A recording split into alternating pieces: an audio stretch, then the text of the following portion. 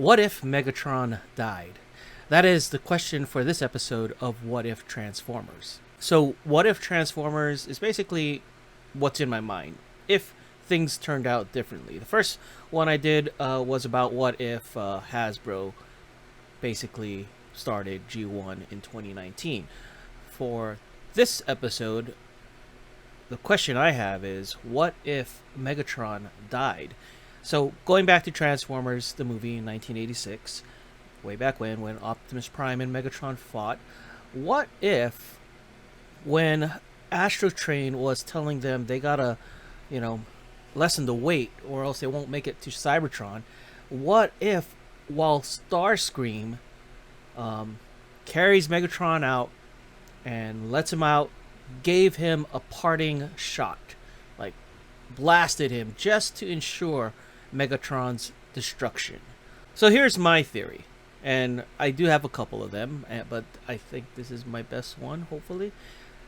So, with all the Decepticons floating in space, Unicron no longer has Megatron to choose from, right? And I'm assuming the other Decepticons were also barely functioning because when Astro Train, they were all thrown out of Astro Train, some of them were moaning and like, I no, don't do this or something. I can't remember. It's been a long time since I watched that movie, but I do remember they were still somewhat functional. They weren't dead. So Unicron no longer has Megatron. So who does Unicron select to basically bring the Matrix to him? And I am going to go with Cyclonus. Now, there's a lot of debate whether or not Thundercracker or Skywarp became Cyclonus. Personally, I'm going to say Skywarp did because I like Skywarp more than Thundercracker. But that's beside the point, I'm just saying Unicron selects Cyclonus. And I think the reason why is because just looking in the movie, Cyclonus seems to be the right-hand bot for Galvatron. I mean, Galvatron rides Cyclonus as a jet, and Cyclonus comes in, transforms right next to Galvatron, kind of seeming to be his second in command. I don't think Unicron would select Scourge. I do think, however, if I'm wrong, that he does, things will not turn out as what I think it will turn out. Starscream, in this instance, actually lives because Galvatron no longer exists, never came down to destroy Starscream. I believe Cyclonus would have just taken his armada and Decepticons and just go straight to Earth like an obedient minion of Unicron.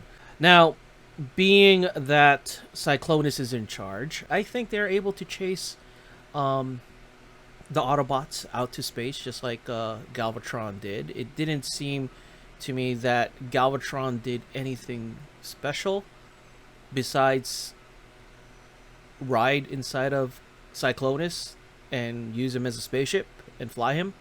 But I think Cyclonus can fly himself. Anyway, so I'm thinking eventually Cyclonus gets the Matrix because, remember, he could have easily told the sweeps to terminate Ultra Magnus. Again, Galvatron didn't do anything in that part, and Ultra Magnus gets destroyed, eventually rebuilt, but he gets destroyed, and the Matrix is now in Cyclonus' hands. He hands it over to Unicron.